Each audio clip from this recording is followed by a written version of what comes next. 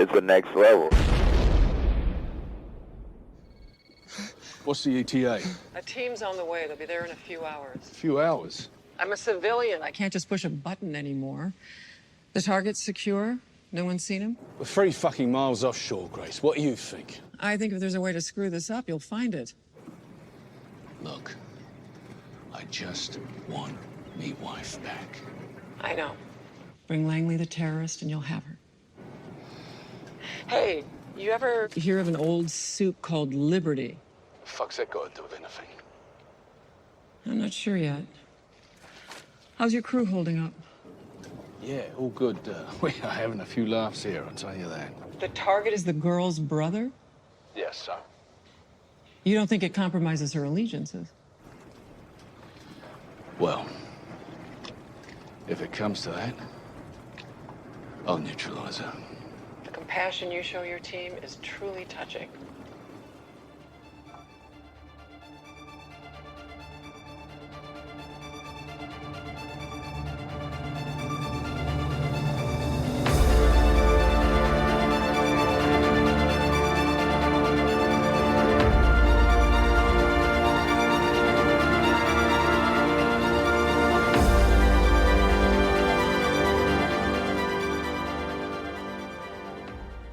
Hey, panelists, welcome back to the show. I'm Mark. And I'm Steve. And I'm Jason. And this week, well, this is a spoiler-filled podcast of the second season of Amazon Prime's The Boys. We have watched the whole season, and we are now discussing these episodes from the point of view, or that point of view, as you would say. But if you have not watched all the second season of The Boys, why are you here? This is pretty much what Steve says, so I'm just stating it right now. So if it sounds different and weird, this is Mark. So go back, watch the whole second season, and tell us what you thought of any of the individual episodes going forward. So why are you guys switching roles? I don't know. Okay, fair enough. Mark just decided to take over. As you coup. heard, listeners, we are joined this week by the famous Jason from the Podcastica Network. Thank you so much for being here, Jason. We do appreciate you being on the podcast, and as we've said before, we appreciate a lot of what you've done because really it was you that brought Mark and I together. It was your podcast. That sounded weird. We're not like a couple or anything. And we've been happy ever since. Wait, you left me at the altar, dude. What the hell? No, that's great. I mean, like we were saying just before we started recording, I've been loving this show, so I was happy to be invited to come on and talk about it with you two. It should be super fun. Very cool. So this is episode 3 of season 2 of The Boys, called Over the Hill with the Swords of 1,000 Men. I think that's like from a poem or something somebody said. I don't know.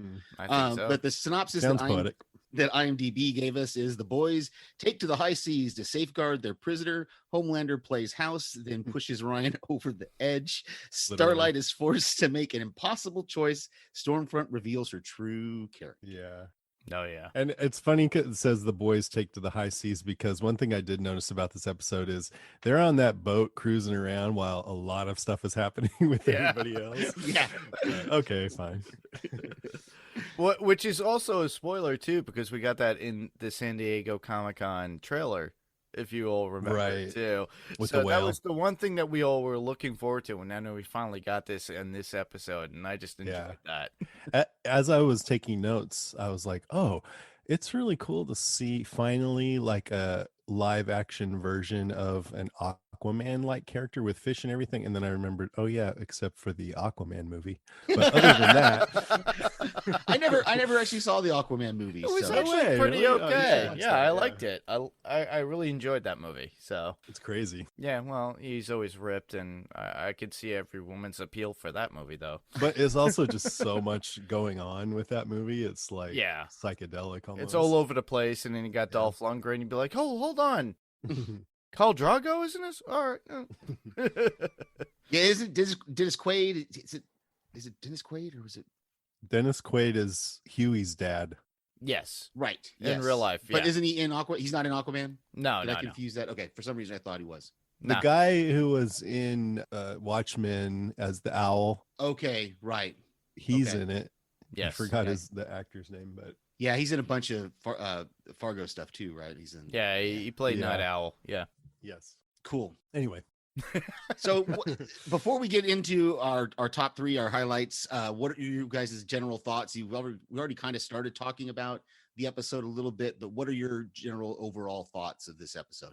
Well, we'll start with Jason. oh well, generally I thought it was damn good, just like pretty much all the episodes. Although I got to say, I like dark and edgy stuff, but this is borderline for me this season. Like sometimes I'm like, you don't have to push the gore further and further each time, Yeah. Sometimes I'm just like, oh, okay. But I don't know, this episode I thought it was, I mean, it gets worse as it goes along. Yeah. But this episode was fine, even with like Stormfront breaking the brother's hands. It's gross, but it fits her character. And I don't know, I mean, I thought it was funny and sad and gross, and we learned new things about characters, so I thought it was a great episode. Yeah, I'm the same way. I had forgotten about the breaking hands thing. I guess I must have blinked the first time I rewatched this. So when I was rewatching it again yesterday, I saw that and I just kind of, ooh, Yeah. I forgot about that, because it, like, you see the bones and everything. And I'm just like, ugh. Yeah. But yeah, it's really this episode, like you said, it really reveals a lot. It reveals a lot about Homelander. It reveals a lot about Stormfront and just her character. And who she Kimiko a is. little bit. Kimiko a Yeah. little bit. Yeah, we get to see her. We get Huey. There's a lot of stuff happening in this episode, and I'm sure we'll get to it when we get into our top three as well. Oh, definitely. My first impressions, wow, a lot came out. And I think Stormfront came out at this point. So Yeah. So And that's actually my number 3 is about her. and then on top of that, you see a little bit more of Homelander and how crazy he is.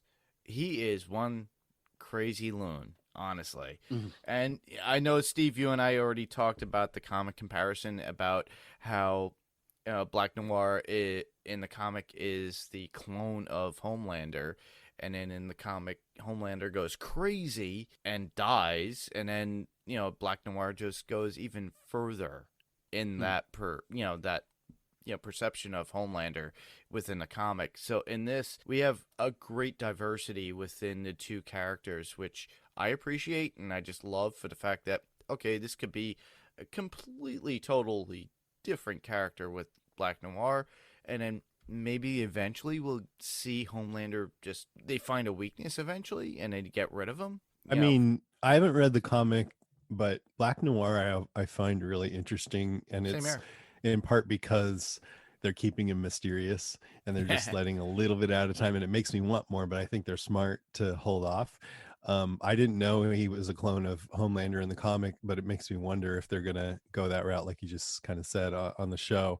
In this episode, it was interesting when he found out that Compound V was behind all of their powers. Yeah. He started crying, and Yeah. that just made me feel like what I took from that is that his life has been a living hell, and that's why he realized, oh, and now I had to suffer this because of some government intervention or this corporate intervention or whatever. I don't know. Right. What did you guys It think makes you wonder if, because it's like he has this healing factor, obviously, that we've seen come into Mhm. play, and we're going to see more of that towards the end of the season. But it makes you wonder if, like Wolverine, does he still feel the pain also? Because that would make sense of Oh, why yeah. he realizes, kind of like a Deadpool kind of thing, that he still feels the pain even though he's regenerating. he's or healing. whole? Yeah. And did we see, I mean, this is jumping ahead, but you said it was spoiler filled. Like Mhm. he gets Mhm. part of his mask taken off towards the end, and his face is kind of burnt like Deadpool, right? Yeah. Correct. I think so. Yeah. He's got like Yeah. scars on his face or something like that. So he's definitely got that kind of edginess to him. Yep. Yeah. Hey, man. Yeah. Want a fresca? Thanks. So should I do my number 3? Absolutely. Yes. Okay. So it's Stormfront. So my computer keeps auto-correcting Stormfront to Storefront, which is not as good of a superhero name. Yeah, right? Just did it again. I found another spot here. Anyways, what I think is cool about this character is she comes on and she's new, so we don't know anything about her. And I think the last couple episodes and this episode, she's portrayed as this sassy girl who stands up for women's rights and isn't afraid to tell the man to fuck off, basically. Mhm. and Starlight looks impressed with her. And I think that was smart because when you introduce a new character like this that's going to turn out to be the bad guy, but you want to throw people off the scent, so you need to give them some other characteristic to make sense why they would bring this character in. And so you think it's going to be like maybe she'll be a mentor to Starlight or something like that. But this is the episode where her true colors come out, and that maybe she's worse than all of them. And they kind of just doled that out slowly too. Like we see her chasing Kenji, Kimiko's brother, blasting through walls, through people's apartments, and they look really scared. And then the camera cuts over to Kenji, but you can still hear her powers going and the screams stop. Mhm. And that's when I was like, what happened there? What happened there? Yeah. Yeah. Yeah. And then she goes, then you see the apart, like whole floors just being destroyed at once with her lightning flicker and everything. And then it's like, oh, I think she's killing all of them. So that was like quite a intense feeling. Yeah, and I mentioned it last episode, and we get another bit of it here as well when she calls Homelander Gramps, which is It's sort of kind ironic. Yeah, It is exactly. because we know that actually she's way older than Way he is. older, Yeah. 100 years That's older. fun. Yeah, But yes. then it gets really overt here where she's breaking Kenji's hands off, and Mhm. she holds his head and says, "Open your eyes. I like to see the lights go out." I was like, okay, she's just as bad or worse than any of them. Psychotic. And she calls Exactly. him a yellow bastard, so she's Mhm. also a racist. So I was Yeah, like, all right. exactly. Yeah. Yeah. I was hoping for another hero to look up to, but nope. Nope. No, Nope. no, We don't not get gonna that let us here. have that. No. So my number 3 is just that beginning when Butcher is apologizing to Huey, and Huey kind of ineffectually kind of fights him and kind of punches him and Yeah. stuff. And it's kind of like when you're a little kid. Yeah, exactly. When you're a Yeah. little kid, but then he gets that call from Mallory, and she's asking him to bring in the female's brother, and what is he going to do if the female becomes a problem? And he basically says that he'll take her out if that's a problem. I guess he doesn't know about her healing factor at this point. Maybe he just Yeah. doesn't know all her powers and stuff. But it really looked to me like both Frenchie and her overheard him say that, Yes. because I for sure Frenchie did, and she may have as well, because she was coming down the stairs there. Or at least she sensed something because she Mhm. gave him a dirty look. Yeah. Yeah, that whole dynamic between the brother and sister is really interesting in this Mhm. actual show. I love Well, it. it was cool because I don't. It's been a little while since I saw the first 2 episodes, but she's just been so hardcore and Yeah. reactive and violent, and I think the brother brings out this tender side of her that we hadn't Mhm. seen before. And we also learned that she knows the special sign language. I don't think we'd seen that before. Does she know that? Is she know that in the comic? Like, That can I'm she not do aware sign of. language? I was just Yeah, I'm not curious. sure. I know that in the comic she never has a name. She's just called the female. The female. And and I don't think I'm assuming then that means that the brother is probably not. I in think the he's just comic. called the male. Oh well, in the in in the wiki it says the male, and then it Okay. has his real name. Oh. Okay. Yeah. Hmm. What one thing, just real quick, Sure. back on. I forgot to mention. This is just a quick point, but on Stormfront, it was interesting that we see Mallory is investigating Liberty, so that they kind of planted a seed of that, but then just kind of dismissed it. That's all. Yeah, and I had that in my notes that we see her with that manila envelope, and she pulls out the Budweiser ad that has Liberty on it, and she asks Butcher if he knows. Is it Butcher? Yeah, she asks him if he knows anything. We don't know where she got that envelope from, though, right? Do they ever reveal where she got? Because I know later, I think it's a similar envelope that has all the other secrets about Stormfront in it. So I wonder if that came from the Church of the Collective. I feel like she doesn't know that much yet. So I don't Okay. think she has all the secrets yet, right? She's just, maybe she knows something and she's trying to confirm it, but anyway, that's what it seemed like. So what's your number 3, Mark? That would be Homelander trying to get Ryan to show his power with flight. He pushes this kid. That was like a 20-foot drop. Come on. What a jackass. wrong. He just Yeah. pushes him, assuming because he's my son, he's going to fall and recover properly. The kid is really upset about it and pushes Homelander, and you see his eyes light up. You get that whole Superman or Brightburn vibe that we got. Steve and I had covered Brightburn a long time Yeah, ago. that was a great movie. But the fact that you get this and it's just like, okay, it's soup against soup at this point with that eye lighting up, but the kid really starts to hate him at that point, and you really get that. He doesn't know if he could trust his biological father. He doesn't know where to go with this. He looks at his mother, and he loves his mother, and you know this, and on top of that, the mother actually protects him, saying, and attacks Homelander verbally, saying, "What are you doing?" And, she's trying to hide Ryan from all these powers. Kind of similar to what, if you think Billy just wants to use people who have the power. He kind of sets the kid aside, but we see a different part of Billy at the very end of the season regarding this. So he's there to protect the kid at this point because... Although he doesn't take him on himself. No. Yeah. That was notable. Yeah. And on top of that, the fact that, he sees that that's part of his wife at that point. That's the last part of his wife because his wife's gone.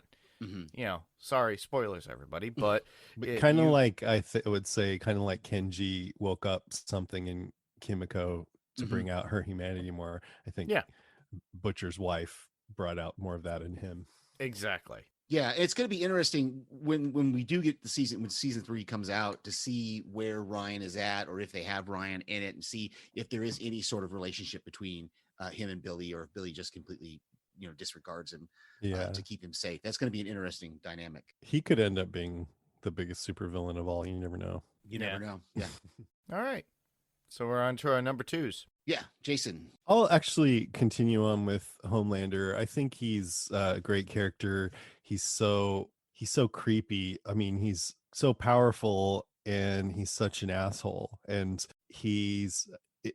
one thing that's interesting to me is he has this need to be loved. That's kind of what drives him, to be admired and to be loved. And I think that's why he's trying to get close to his son. Just he's bored and he wants to I don't know, have someone take after him. And so he has human drives, but he's got all this power, and so I think that's arrested his development. He's sort of like still an adolescent. He never grew. That's a good point. Well, because we see that at the breakfast table there when he's trying to control, and when Ryan asks for one pancake and he kind of goes, "Yeah, one, just one," and then he's like, "Give her more syrup," and this and that. And when he starts to speak Spanish, he wants to take him outside, and they never do eat breakfast at all. Yeah, and he's interesting because he's like a ticking time bomb. I mean, he's not going to just destroy everybody. That's not what he's about. He wants love and respect and everything. But if he's upset, he's not getting what he wants, he might throw a little tantrum and then destroy everybody. He reminds me of certain politicians, but we won't go there. Oh yeah, exactly. But also, it all boils down to, what was the first thing we saw that really creeped us out this season? Him drinking the frozen milk. Come on. Yeah. It's as if he's still a child, a baby. Right. And we know that he learn grew up everything. in a lab and didn't have affection from his mother. So that's into his whole pathology. That's his whole pathology. That's who he is deep down. And literally he is, and they bring it up later on, basically he is a product of this company. But he doesn't know how to react and talk to people as a person, because he was never brought up as a person. He's a broken man. He was brought up as a product. Well, yeah, and we're going to see that arc throughout the rest of the season. We're going to see him make this kind of descent into really madness, because he's going to lose control of everything. Yeah. And then at the end, he kind of gets it back, but you can still see, like Mark, you talked about in the comics, how he kind of goes crazy or has a nervous breakdown. It looks like he's getting close to that. So we're seeing that extreme narcissism that he has, this need to control and everything else. So yeah, it's a good. And in this episode, it's like this nightmare version of the typical Beaver Cleaver family, only the father is this monster who raped the mother and then expects to be included in their life. Yeah, and it's horrifying. I had this as number 1 because I really like that they basically confirmed for us that's because they kind of, it's not really left up in the air in the first season of whether he raped her or not. But I think it's clear in this exchange between the two of them that he raped her. I think that's Yeah, because he's like, I did you a favor, and also you can tell throughout the season that she really does care for Butcher. Like I wonder too, was she just as bad as all the rest of them, and she actually had an affair? But I think this season it becomes pretty clear that he raped her. Yeah, Yeah, it's really prevalent that she was, exactly. raped at that point, and she really did love Butcher, but the company, as it were, segregated her and pushed her aside. Well, no, saying, that's how she kept Billy safe. Was Yeah, went she in with did, the company. That was the but agreement. regardless, she Yeah. was still an asset to that company. Yeah. Yeah. And having this kid. finding out that she didn't have an affair and that she does still love Butcher, Mhm. I cling on to these moments in this show where people actually are good, because you Or never actually know. decent, exactly. And there are Yeah. plenty of decent people, but there are so many just scuzzy people in the show.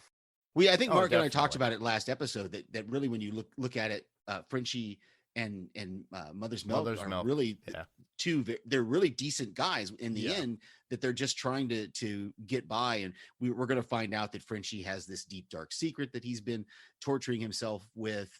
And so yeah, it's going to be interesting going forward as we rewatch these episodes.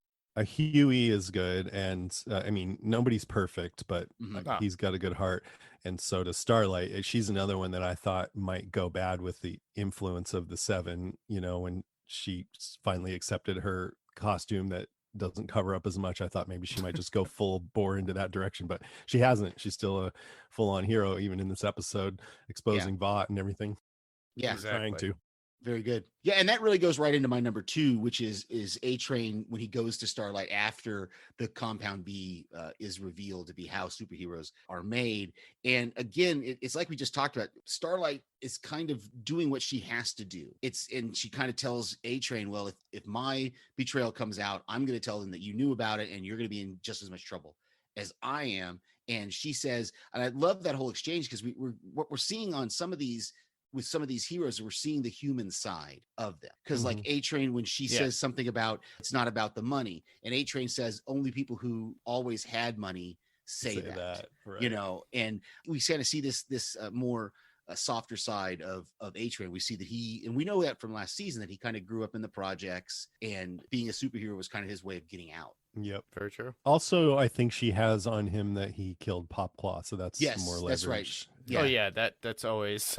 Yeah, she in that the last ransom. episode she talked about that she saw the autopsy report and all the needle marks, and that no one that he Yeah. is the only one fast enough to be able to put all those needles in at the same time like that. So yeah. Right.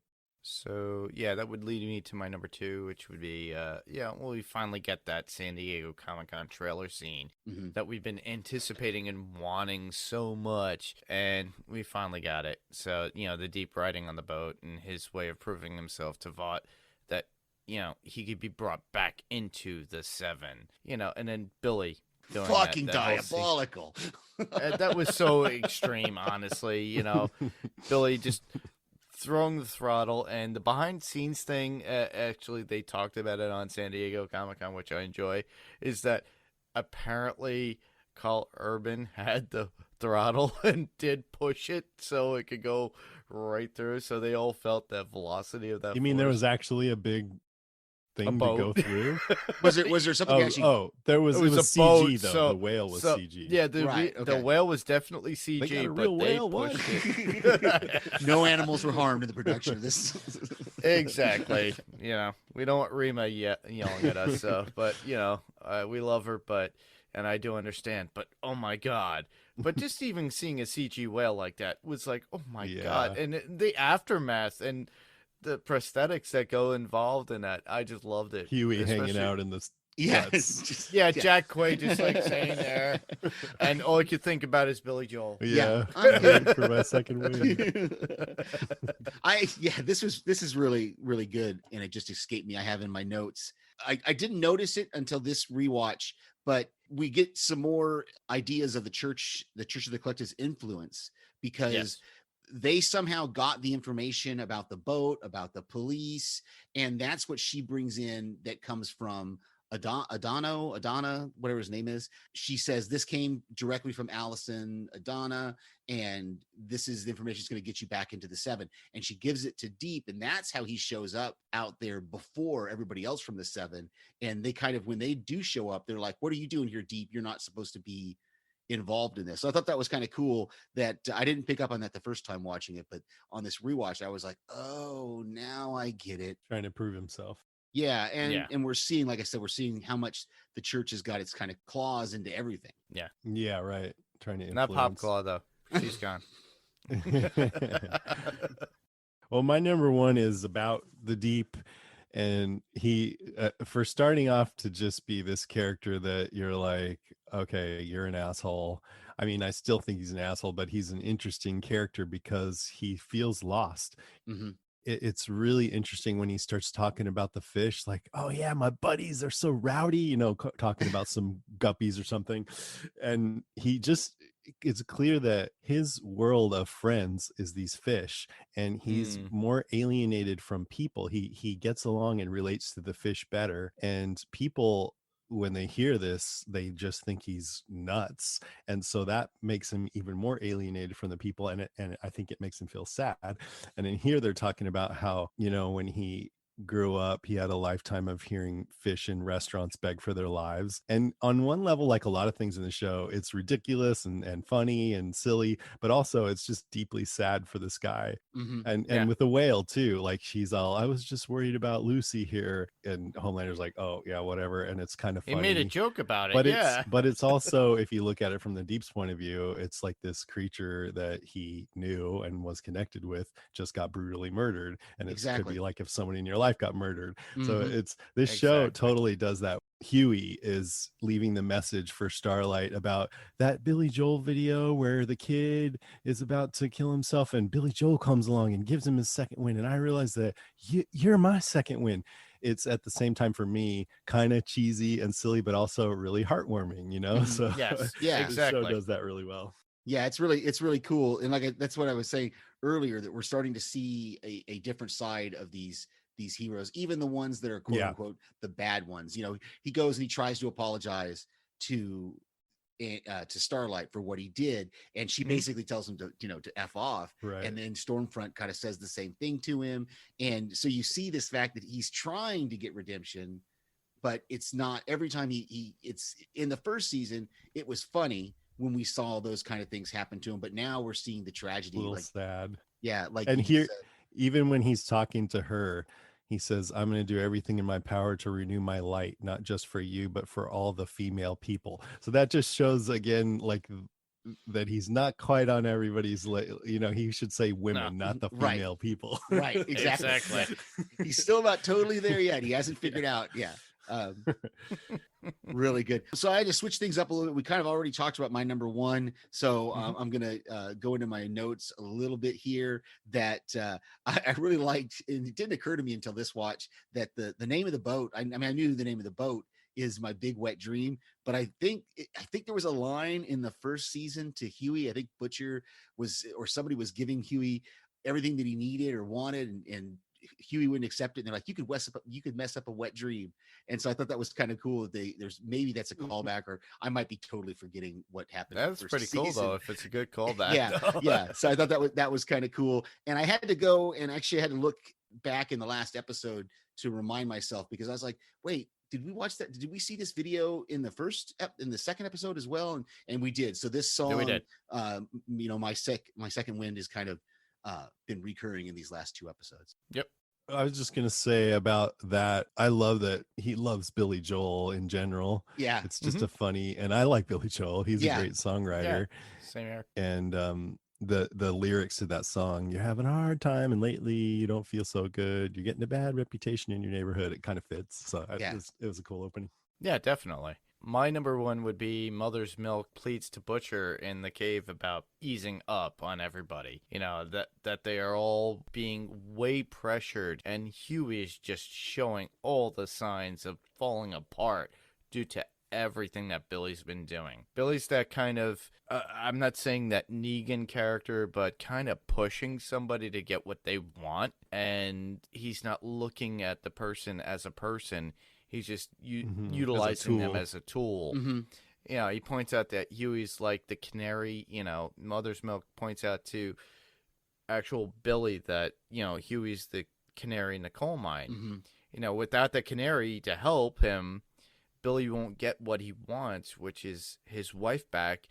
Mother's Milk's family back as well. So, without, don't smother this kid. Don't smother us. Don't do this, because without us, you're not going to get what you want, Right. Well, he's reminding Billy also that Huey's the one that keeps him human, that keeps him Exactly. from going too far. And that's why I like, we're going to call back to this in 2 or 3 more episodes. It's going to come up again when Billy calls Huey to tell him that he's leaving, and he's going to call Huey his canary. And then we're going to see that episode where Mother Milk is going to ask Huey, tell me exactly what he said. And so we're going to find out this callback to this canary thing is really cool. And later, Butcher's wife, Billy's wife, Becca, says, I like all your friends, especially Huey. He's good for you. Yeah. Yeah. Well, and we're going to get the reveal about the similarities between Huey and Billy's brother later on in the season as well. So that's going to be kind of cool. Yeah. All right. So we should move on to some notes. Trying to see if there's anything that we haven't discussed. It's in my notes. I think the only thing I've got is really everything in my notes we've discussed. I thought it was cool that Kamiko's brother, you said Kenji is his name. Yes. That he used the chain to rip a hole in the tape so that he could get his finger out, because he has to use his hands for his power. And then once he gets the finger out, then he can move the can and tear it up so that he can cut the rest of the tape away. But it really, his kind of freedom doesn't last very long, because he gets up to the top of the boat and Kamiko kind of tackles him there. And then, after he kills the police, or pulls down the police helicopter. And that was another misdirect, I feel like, because you saw Frenchie tempt him with the Coke, and then it looked like he really wanted to drink it when the guy left, but he was actually going to use it as a tool to get himself free. So they do little clever things like that a lot. Oh, yeah. Like in this, I know I'm jumping ahead here, but in the recent episode, they're watching, there's something came on the news. I forget what it was, about Starlight being in trouble or something. And Huey's back with, is it Lamplighter? Is that the guy's name? Yeah, and Lamplighter. And Huey's looking at the TV going, oh my God. And then you go over to the TV and they're still watching the porn. It's not even the news. Yeah. And then they switch over to the news and they see the Starlight. I only had 2 that are left in my notes. We already, Jason, you topped on them, and Steve as well. So the only 2 that I have left is the storyboard presentation of the 7 movie in front of Ashley, Maeve, and A-Train, and Starlight and Stormfront. Stormfront's tweaks about it being global, or she tweets, I guess, being global, and then goes into her rant. Yeah, her little tweaks being I love that when she said, when the guy's like, sure, we can make little changes, and she's like, no, this is global. I love that whole thing. You could see like powerful actor doing that, like Brad Pitt or something. No, we're gonna change all this. Yeah, exactly. But I loved when he's describing the movie and he goes, this is the moment the 7 became the 7. Rousing music, Hans Zimmer. Yeah. Yeah, it was great. I love it's in my quotes. I love how he does Maeve's voice, does that kind of falsetto. You mean like a team up? And Maeve is just sitting there just oh God. Really? I can't do this. Poor PR girl who just wants this all to work out. She's excited about everything. This is great, right? Ashley, forget it. Ashley is headed for a nervous breakdown. And that's my other point. With everything that's going on, she fears for her job, and I think her life with the position that she's put in, she's pulling her hair out at points that I mentioned in the last podcast.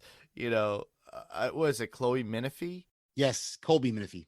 Colby Minifie. That's All Ginny on Fear. And she was Ginny in on Fear the Walking and she was in Dead. Jessica Jones, the first or second Yes. season of Jessica Jones. So. Yeah, so she has a way of like being so diverse, because with Colby, what she does in Fear, she's very aggressive. She's the antagonist.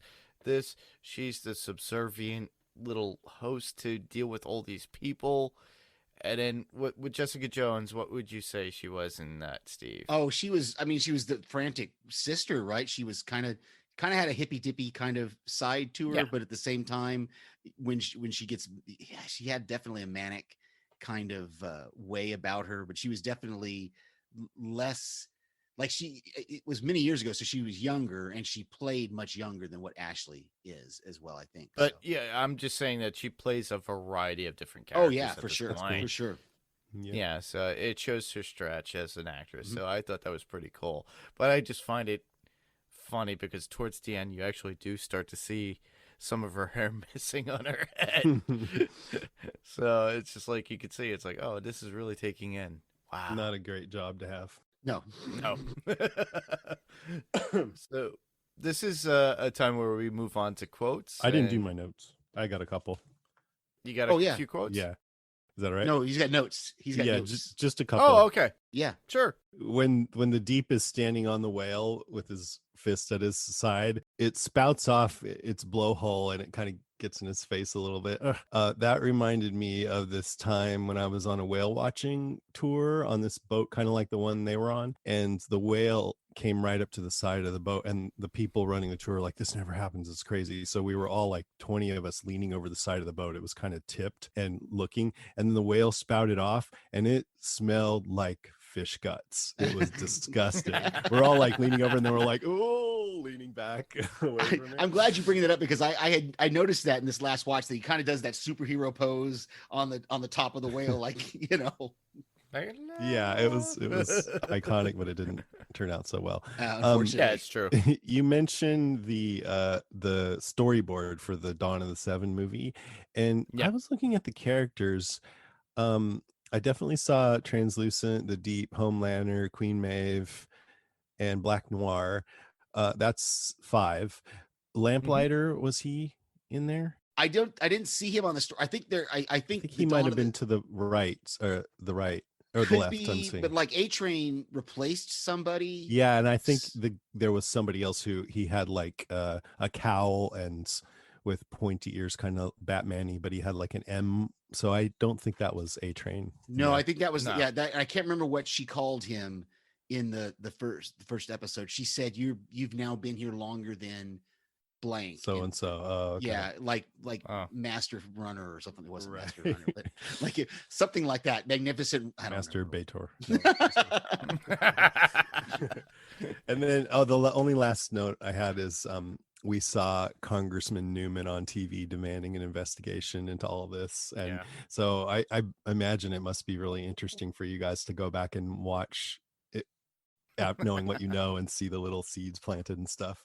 Yeah, 'Cause like I we wasn't said. paying any attention to that when I first watched it. Yeah, like we said in episode 1, when Raynor's head pops, the very next scene is Newman on the TV, on TV. So that was our first That was pretty cool. hint. And in this one, I tried to catch in this one if there was anything. I think it's just the fact that I think her role is kind of to like play against Vought, but she's also part of Vought at the same time. So she's like, that's what her agenda is. I think she really, is kind of controlled by Vought to But protect. okay.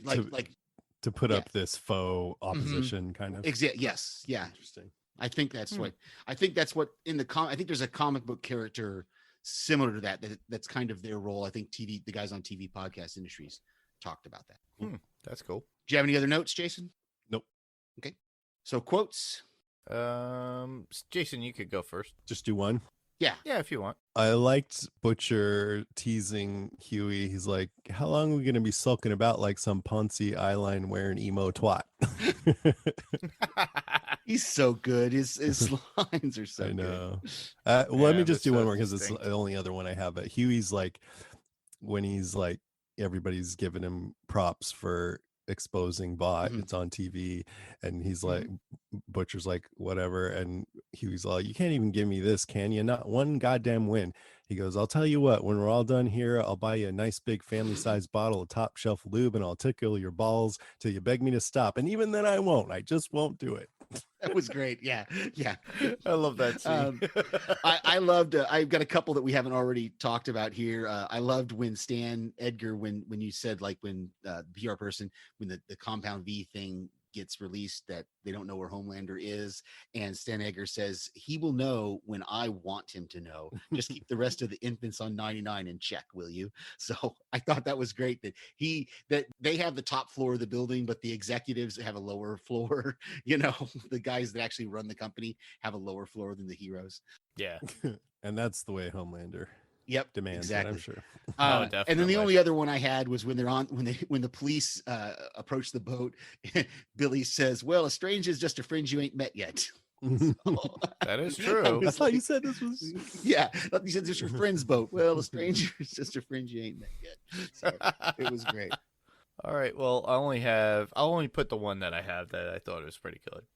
And that would be Stormfront at the presentation. And she just looks at the presenter and goes, "You're right, all women as unknowable Hitchcock bitches or Michael Bay fuck dolls. I know that a lifetime of jerking off to Transformers didn't exactly make you popular with the ladies, but effort would be nice. You know what I'm saying?" I love his response is, "I had two sisters." Okay. And the last one would be Billy going, "You guys touching your tips," to Huey and Mother's Milk when they were celebrating about the information on the news about Vought in the very beginning. But that's all it was. So. But it's just like the typical Billy Butcher one-liner quotes. And I still go back and to season 1 about the whole Spice Girls things. I still can't get over that thing. Yeah. The casting in this show is right on. Carl Urban. Oh, definitely. The guy who plays Homelander, just amazing. Anthony Stark or Yeah. Star. And I'd like to see him have- in something else because I never have. Mhm. I can't imagine I would him like to playing see him anything in a but an regular asshole. suit because all we see is him in that super suit. We've Right. never seen him in regular clothes. I'm hoping that we actually get to see him try to fit into society. Right. Maybe See he has an alter Homelander ego go- that we don't know about. Yeah, exactly. Well, did you guys see the teaser trailer for season 3? No. I didn't even know they had one. Yeah, it's all of them. They're kind of talking about different things, but it might be a little spoilery. It's not really anything plot line related, but it shows Homelander and he's got like either a black wig on or like he's dyed his hair black and he's in a t-shirt and he's like, Oh, wow. I'm in my street clothes to talk about the upcoming The Boys or whatever. And then like Mother's Milk and Huey break in and all of them each individual has the shirt of their character on, so it's pretty funny. So yeah, look forward to That's cool. it should be out there somewhere. I think it was I hope it wasn't a fan thing that I just got stuck into, but it's got all the actors, so it had to be legit. Yeah. Well, that's And pretty it cool, even has though. Jensen Ackles at the very end saying something and rolling his eyes. So I'm so excited to see him in season 3. Hope that doesn't spoil anything for anybody that you didn't know that Jensen Ackles is confirmed to be season 3 of The Boys. He's going to play a character. Well, Cool. it's cool. So we have podcast recommendations. So, Jason, do you have any? Obviously, you come from a podcast network. Please, so yes, you have shamelessly multiple. plug. Oh, was I supposed to have ones for like that I'm not on? No, you No, can. you can do whatever you want. Yeah, I'm just listening to political podcasts which make me feel on edge all the time, so I won't recommend any of those. But that's pretty much all I'm listening. There's one called The Truth that's got these really kind of Twilight Zone-y stories that they tell, and That's cool. I recommend it. The Truth. It's Truth, it's okay. pretty crazy. Yeah, I'll stick with that. And we could also hear you on the Podcastica Network. Yeah, too. so I am doing I'm having this existential crisis on Walking Dead cast right now because we decided after we didn't like Fear that we would cover mostly Walking Dead World Beyond, the new spinoff, and people aren't really digging that, so I have to figure out what to do. We might try 50-50 coverage but minimal on both. I don't know. That's cool. Mandalorian's coming out pretty soon and we'll be covering that on House Podcastica. So excited for the Mandalorian coming back. Same here. I just finished rewatching season 1 again and forgot how good it was. Like I'm just like each episode was better and better. Yeah. And so it's really, really good. The only one I've got is Michael Rosenbaum's Inside of You with Michael Rosenbaum. This week he interviewed a woman who escaped from the NXIVM cult. And Yes. so I Sarah haven't Edmondson. yes, thank you. Yes. It's queued up. I haven't listened to it yet, but I listened to the first half, and it was really good. She's one of the main people in the HBO docuseries The Vow. Okay. And she also wrote a book called Scarred about the whole experience. Yes. Sweet. And then I was hoping that I'd be able to say that We Have to Go Back, Lost Revisited had an episode, but it hasn't come out yet this week. So hopefully they'll be dropping an episode here pretty soon. Michael Rosenbaum is an interesting one to talk about that because he co-starred with Allison Mack on Smallville, and she's like a big part of that cult. Yeah. He brings that up during the actual podcast. I haven't with, listened. Yeah. It was an interesting listen, too. I still have to finish it. But my next one would be on your network, Jason. That would be on the Podcastica Network. That would be Strange Indeed with I'm Rima glad you and brought that Paige. up because I didn't mention it, and Rima's probably like, "What the fuck, dude?" That